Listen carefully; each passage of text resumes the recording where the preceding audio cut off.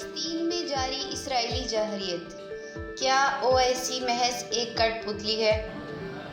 السلام علیکم، میرا نام ملیحہ زینب۔ آئیں موجودہ رپورٹ میں فلسطین کے حالات اور OIC کے کردار پر روشنی ڈالتے ہیں۔ کیا آپ جانتے ہیں، اسرائیل ہر ایک منٹ میں غزہ پر ایک بم پھینک رہا ہے، یہاں تک کہ وہ ایک بنجر زمین پر بھی بمباری کر رہے ہیں جہاں نہ تو کوئی جانور ہے اور نہ ہی کوئی انسان، جبکہ دوسری طرف امریکہ اس ساری صورتحال کو خود مانیٹر کر رہا ہے اور جنگ بندی کی سلامتی کونسل میں ویٹو کر رہا ہے۔ امریکہ بھی اسرائیل کی طرح چاہتا ہے کہ حماس کا خاتمہ ہو اور جلد سے جلد غزہ پر اسرائیل کا قبضہ ہو جائے۔ صورتحال یہ ہے کہ جنگ بندی کی سنجیدہ کوششیں کسی طرف سے بھی نہیں کی جا رہیں۔ اقوام متحدہ سمیت دنیا بھر کے تمام ادارے اس وقت بے بس نظر آ رہے ہیں۔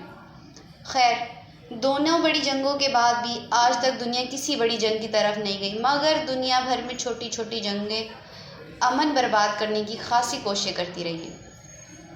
ایسا شاید اس لیے بھی ممکن ہوا کہ دوسری جنگ عظیم کے فوری بعد اقوام متحدہ جیسی بڑی اور دیگر ذیلی تنظیموں نے دو فریقین کے درمیان کوئی نہ کوئی حل ہی نکال لیا۔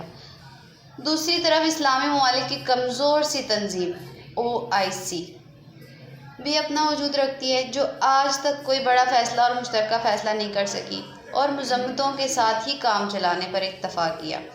جیسے حالیہ اسرائیلی فلسطین کشیدگی کے حوالے سے OIC کا اہم اجلاس ہوا جس میں اسے کلیدی کردار ادا کرنا چاہیے تھا، وہیں محض 20 نکاتی ایجنڈے پر ہی اتفاق کیا گیا۔ یہ اجلاس سعودی عرب کے شہر جدہ میں ہوا، جہاں اسرائیل کی غیر انسانی جارحیت کو فوری روکنے اور بین الاقوامی برادری سے اسرائیل کے احتساب کا مطالبہ کیا گیا۔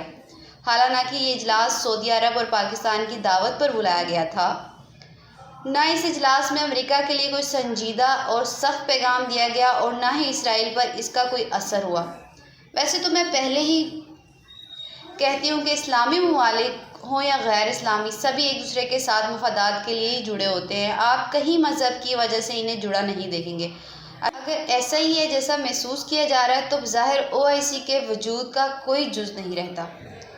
آپ یقین مانیں کہ اس وقت دل پھٹ گیا جب زخمیوں سے اٹے غزہ کے 2 بڑے ہسپتالوں میں اسرائیلی بمباری کی گئی، جس میں 1000 سے زائد فلسطینی ڈاکٹرز اور زخمی افراد مارے گئے جو زیر علاج تھے۔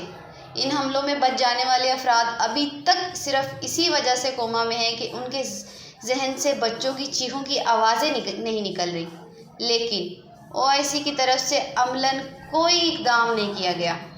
نہ کوئی ایسا اعلامیہ جاری کیا گیا کہ اسرائیلی پروڈکٹس کا بائیکاٹ کیا جائے اور نہ ہی کہیں سے اعلامیہ جاری ہوا کہ جو بائیڈن سے ملاقات کے لیے کوئی وفد بھیجا جائے۔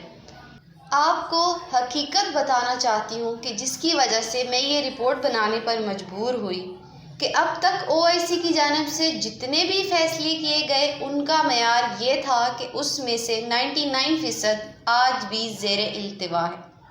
اور پھر یہاں بھی کہنا چاہوں گی کہ یہ پلیٹ فارم دنیا بھر کے 1.5 ارب مسلمانوں کی اجتماعی آواز ہے، لیکن مسئلہ یہ ہے کہ یہ مسلمانوں کے مسائل کو اجاگر کرنے، انہیں حل کرنے سے گریزاں نظر آتی ہے۔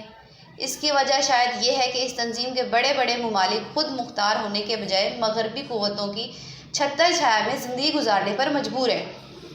حتیٰ کہ سعودی عرب، متحدہ عرب امارات، کویت، بحرین، ترکی، ملیشیا، پاکستان اور انڈونیشیا وغیرہ جیسے امیر اور اسلحے سے مالا مال ممالک بھی مغربی ممالک کے مرہون منت ہیں۔